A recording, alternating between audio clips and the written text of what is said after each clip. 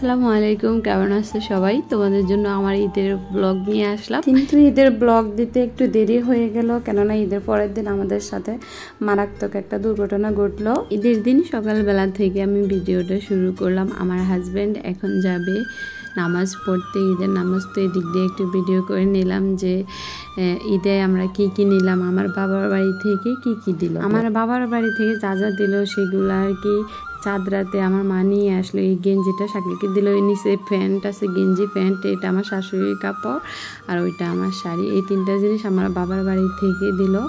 আর এটা এমনিতে আমি গজ কাপড় কিনে বানালাম, আর এটা আমার হাজব্যান্ডের পক্ষ থেকে আমাকে দিল। আমি যখন আমার বিজনেসের জন্য ঢাকায় যাই তখন আমার হাজব্যান্ড আমাকে এই 3 পিসটা কিনে দিল ইস্টার্ন মল্লিকা থেকে, তাওয়াক্কালের। তো এটা আর আপনাদের সাথে শেয়ার করি না। আর এই কাপড়টা আমার হাজব্যান্ড তার মাকে কিনে দিল, প্রিন্টের, বাট ব্লাউজ পিসও আছে, অনেক সুন্দর, কিন্তু ভালো করে হয়তো বা বোঝানো যাচ্ছে না। আমার কাছে কাপড়ের কালারটা অনেক ভালো লাগছে। তো শাকিল আমার মাকে একটা দিল, তার মাকেও একটা দিল। তো দুইটাই একই রেট, আর শুধু কালার চেঞ্জ আর কি। দুইটা কাপড়ে অনেক মিশ, অনেক সুন্দর। আমরা 4 বোন, আমাদের ভাই নাই, তাই আমরা চেষ্টা করি যে আমার মাকে প্রতি ঈদে 4 বোনে 4টা কাপড় দেওয়ার জন্য।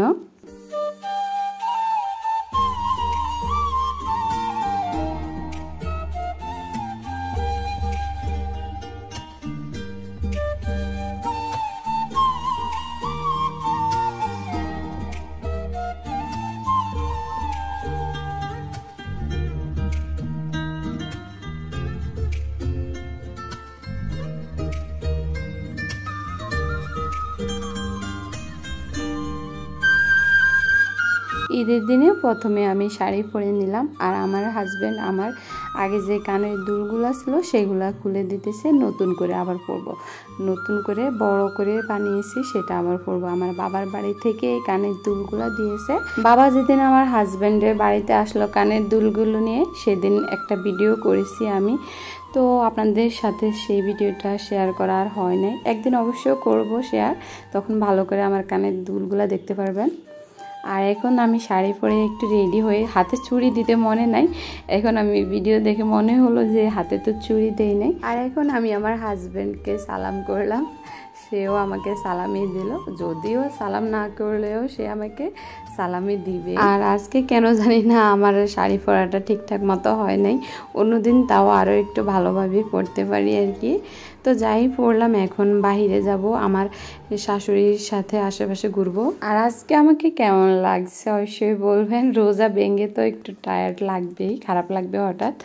তো এখন বাহিরে এসে একটু রিলস ভিডিও বানিয়ে নিলাম, তারপর আর কি কিছু ভিডিও করলাম, আপনাদের সাথে একটু শেয়ার করলাম। এই যে বাহিরে আসলাম আমি আর আমার হাজব্যান্ডও আমাদের সাথে, এদিকে আর কি আমার কাকি শাশুড়ি ওদের এদিকে একটু যাবে আর কি। তো একটু ভিডিও করে নিলাম, আমাদের দুজনকে কেমন লাগছে অবশ্যই বলবেন।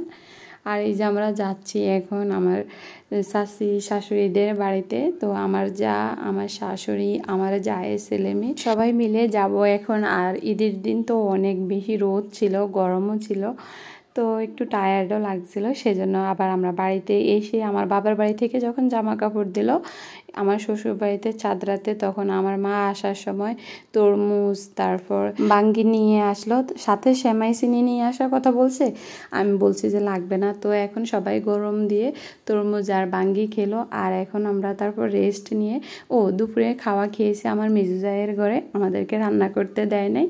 তো রাতের দাওয়াত ছিল আমার বাবার বাড়িতে, বাবার বাড়ি যেহেতু কাছেই সেজন্য ঈদের দিন একটু যাওয়া হয় আর কি।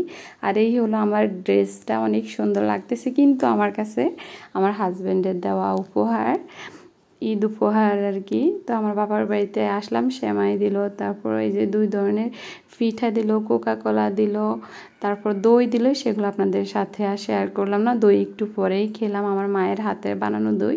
তো এগুলো খেয়ে দিয়ে রাতে আবার রাতের খাওয়া খেয়ে অনেক কিছু রান্না করছিল আমার মা, সব কিছু শেয়ার করতে পারি নাই। তো এই হলো আমার আজকের ভিডিও, সবাই ভালো থাকবেন, সুস্থ থাকবেন।